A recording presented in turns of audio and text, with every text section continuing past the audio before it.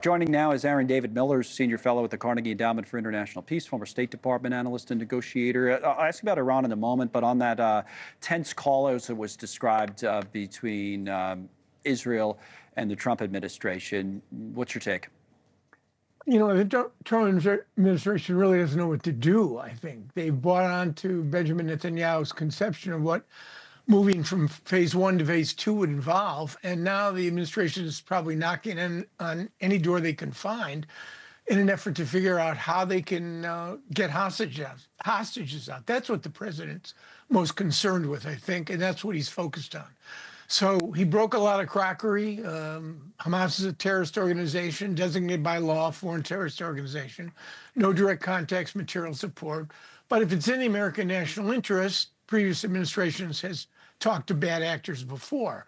PLO in the 1970s, CIA had contacts, and Trump administration as well with Taliban, as well as the Biden administration. Mm-hmm. So I think it also shows, Connell, that the reality is whereas a Biden administration would have gotten incredible domestic blowback.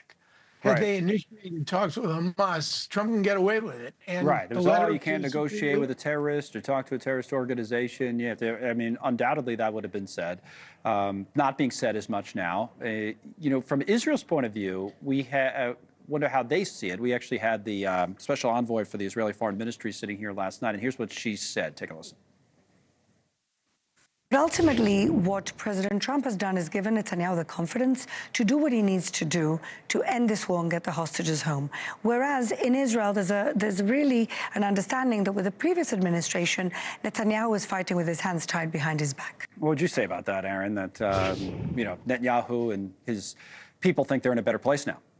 Oh, there's no doubt about that. Mm-hmm. I mean, I think the Trump administration is back to the hilt the proposition that if Hamas doesn't accept an extension of phase one and return hostages, that the alternative is a return to the war. And you saw the president's comments on Truth Social. So, no, I think they're drifting, though. And if I had to make a prediction, Connell, I think that Hamas and Israel will agree to an extension of phase one. You get a few more hostages out in exchange for Palestinian prisoners, humanitarian aid, but we're looking at a resumption of hostilities sooner rather than later if that initial exchange doesn't produce others. Right. That's how it sounded, even in the interview we did last night. What did you make of the president's comments on Iran? We played that clip, and you know, he was saying it over and over again. We're getting towards the end here, final moment. What's going on? You know, U.S.-Iranian talks have two speeds, slow and slower. I don't know about final moments here. The president clearly does not want to see Iran cross the nuclear threshold on his watch. He doesn't want a major explosion with the Iranians either, and he probably doesn't want a unilateral Israeli strike. So he's putting pressure, trying to create a sense that the Iranians don't have forever to negotiate this. But I think the Iranians are as weak as they are and as vulnerable as they are, they're simply not going to roll over.